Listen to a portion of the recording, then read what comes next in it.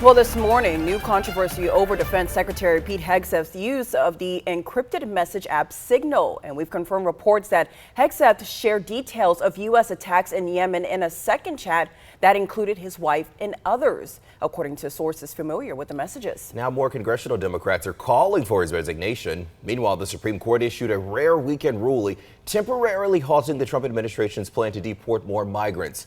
Naomi Ruckham has the very latest.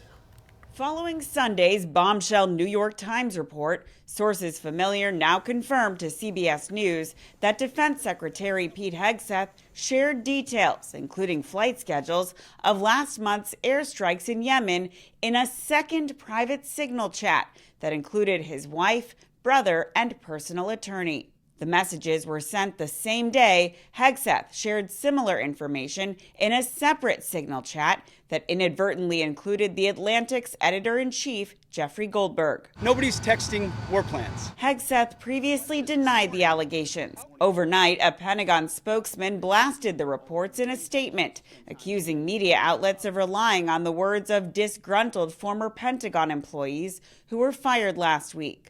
Over the weekend, more mass protests denouncing President Trump as his administration is urging the U.S. Supreme Court to reconsider its decision to temporarily block the deportations of more Venezuelan migrants using the Alien Enemies Act. The law was used to send more than 200 migrants to an El Salvador prison last month, including Kilmar Abrego Garcia, the man the Trump administration admits was deported there by mistake. Maryland Senator Chris Van Hollen met with him last week. I was there to make sure that he was still alive. The president of El Salvador is now proposing to exchange the U.S. deported prisoners in his country for political prisoners being held in Venezuela.